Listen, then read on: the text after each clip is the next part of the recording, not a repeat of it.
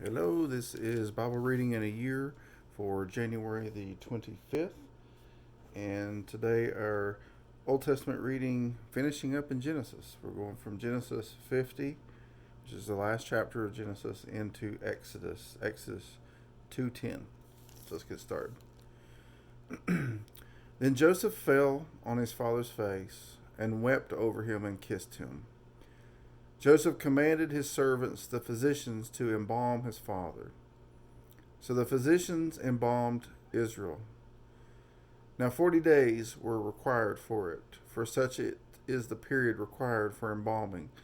And the Egyptians wept for him 70 days.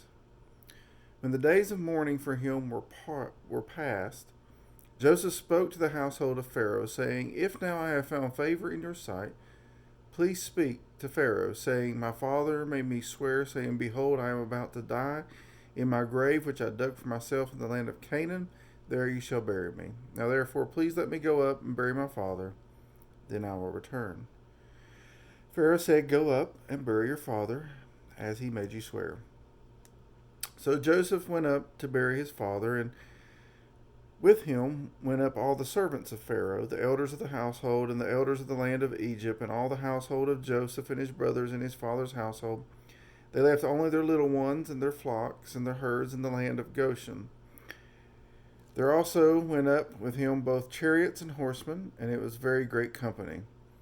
When they came to the threshing floor of Atad, which is beyond the Jordan, they lamented there with a very great and sorrowful lamentation. And he observed 7 days mourning for his father. Now when the inhabitants of the land, the Canaanites, saw the mourning of the threshing floor of Atad, they said, This is a grievous mourning for the Egyptians. Therefore it was named Abel Mizraim, which is beyond the Jordan.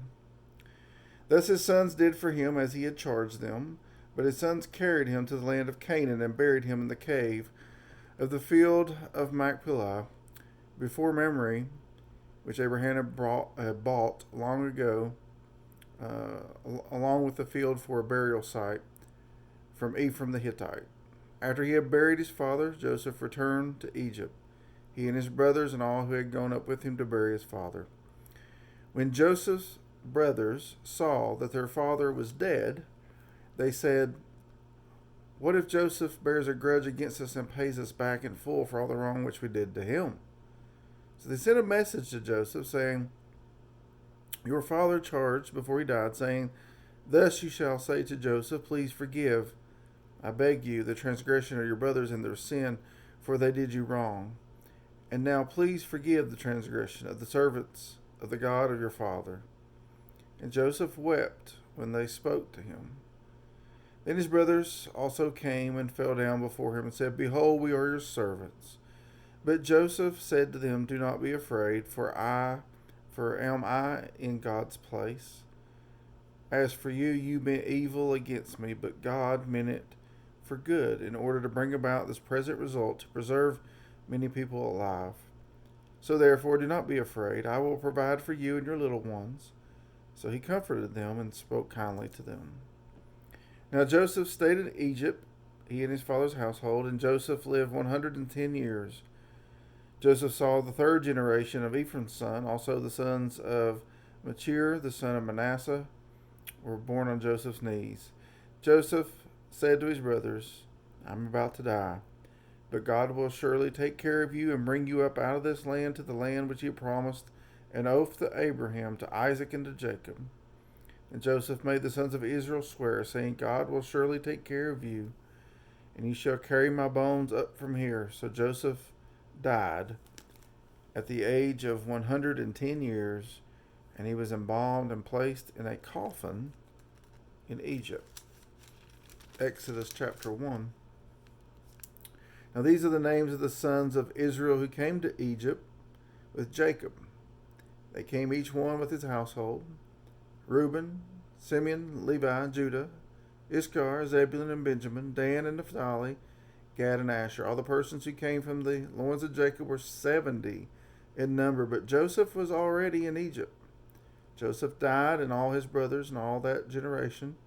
But the sons of Israel were fruitful, and increased greatly, and multiplied, and became exceedingly mighty, so that the land was filled with them. Now a new king arose over Egypt, who did not know Joseph. He said to his people, Behold, the people of the sons of Israel are more and mightier than we. Come, let us deal wisely with them, or else they will multiply, and in event of war they also will join themselves to those who hate us, and fight against us, and depart from the land. So they appointed taskmasters over them to afflict them with hard labor.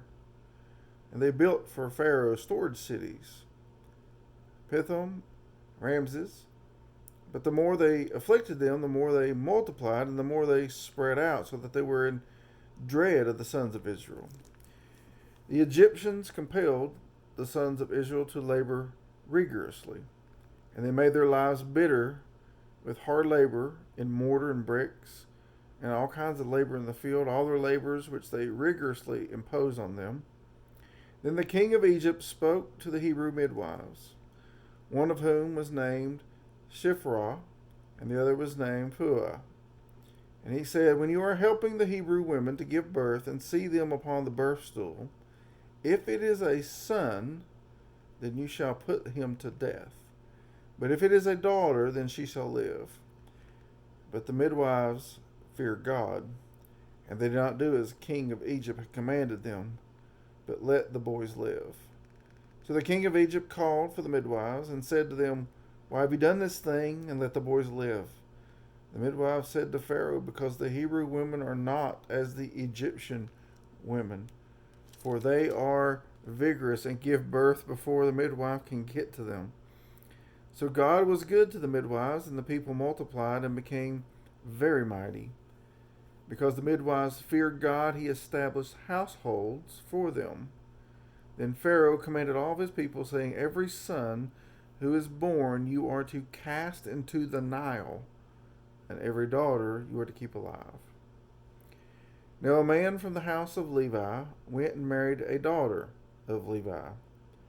The woman conceived and bore a son, and when she saw that he was beautiful, she hid him for 3 months. But when she could hide him no longer, she got him a wicker basket and covered it over with tar and pitch, and then she put the child into it and set it among the reeds by the bank of the Nile. His sister stood at the distance to find out what would happen to him. The daughter of Pharaoh came down to bathe at the Nile with her maiden walking alongside the Nile, and she saw the basket among the reeds and sent her maid, and she brought it to her. When she opened it, she saw the child, and behold, the boy was crying. And she had pity on him and said, This is one of the Hebrews' children. Then his sister said to Pharaoh's daughter, Shall I go and call a nurse for you from the Hebrew women, that she may nurse the child for you? Pharaoh's daughter said to her, Go ahead. So the girl went and carried the child and called the child's mother. Then Pharaoh's daughter said to her, Take this child away and nurse him for me, and I will give you your wages. So the woman took the child and nursed him. The child grew, and she brought him to Pharaoh's daughter, and he became her son. And she named him Moses, and said, Because I drew him out of the water. And then Matthew 16 is our New Testament reading. Matthew 16:13 through 17:9. Now when Jesus came into the district of Caesarea Philippi, he was asking his disciples, Who do people say that the Son of Man is? And they said, Some say John the Baptist, others say Elijah, but still others Jeremiah or one of the prophets. He said to them, But who do you say that I am? Simon Peter answered, You are the Christ, the Son of the living God. And Jesus said to him, Blessed are you, Simon Bar-Jonah, because flesh and blood did not reveal this to you, but my Father who is in heaven. I also say to you that you are Peter, and upon this rock I will build my church, and the gates of Hades will not overpower it. I will give you the keys of the kingdom of heaven, and whatever you bind on earth shall have been bound in heaven, and whatever you loose on earth shall have been loosed in heaven. And he warned the disciples that they should tell no one that he was the Christ. From that time, Jesus began to show his disciples that he must go to Jerusalem and suffer many things from the elders and chief priests and scribes, and be killed, and be raised up on the third day. Peter took him aside and began to rebuke him, saying, God forbid it, Lord, this shall never happen to you. But he turned and said to Peter, Get behind me, Satan. You are a stumbling block to me, for you are not setting your mind on God's interests, but man's. And Jesus said to his disciples, If anyone wishes to come after me, he must deny himself, and take up his cross and follow me. And whoever wishes to save his life will lose it. But whoever loses his life for my sake will find it. For what will it profit a man if he gains the whole world and forfeits his soul? Or what would a man give in exchange for his soul? For the Son of Man is going to come in the glory of his Father with his angels, and will then repay every man according to his deeds.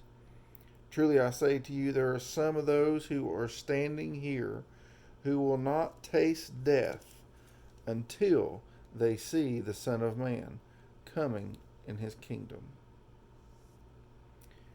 And then 17 to 9. Okay, chapter 17. 6 days later, Jesus took him, Peter, and James and John, his brother, and led them up on a high mountain by themselves, and he was transfigured before them. And his face shone like the sun, and his garments became as white as light. And behold, Moses and Elijah appeared to them, talking with him. Peter said to Jesus, Lord, is it good for us to be here? If you wish, I will make 3 tabernacles here, one for you, one for Moses, one for Elijah. And while he was still speaking, a bright cloud overshadowed them. And behold, a voice out of the cloud said, This is my beloved Son, with whom I am well pleased. Listen to him. And the disciples heard this. They fell down on the ground. They were terrified. And Jesus came to them and touched them and said, Get up and do not be afraid. And lifting up their eyes, they saw no one except Jesus himself alone. As they were coming down from the mountain, Jesus commanded them, saying, Tell the vision to no one until the Son of Man has risen from the dead.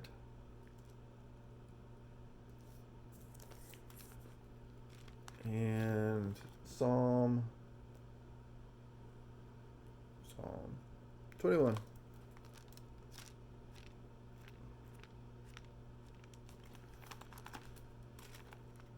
Psalm 21.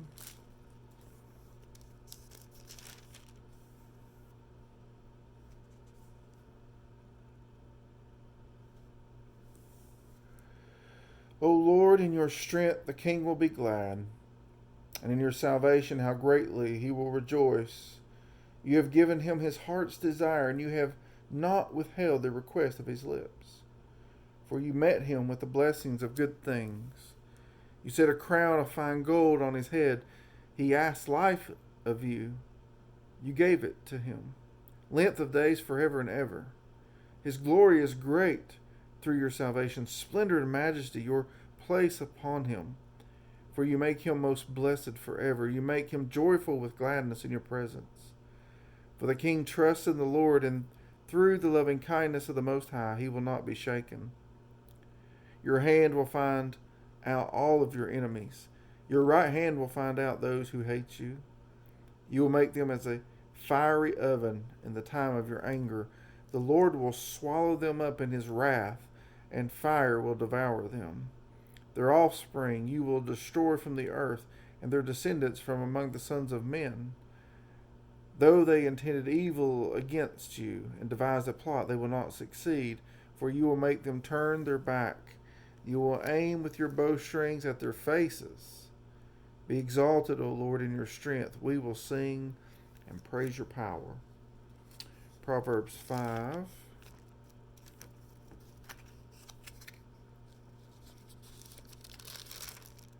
One through 6. My son, give attention to my wisdom. Incline your ear to my understanding. that you may observe discretion, and your lips may reserve knowledge. For the lips of an adulteress drip honey, and smoother than oil is her speech. But in the end she is bitter as wormwood, sharp as a two-edged sword. Her feet go down to death, her steps take hold of Sheol. She does not ponder the path of life. Her ways are unstable, she does not know it.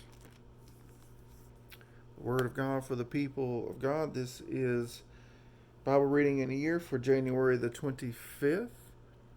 And Lord willing, I'll see you tomorrow. God bless.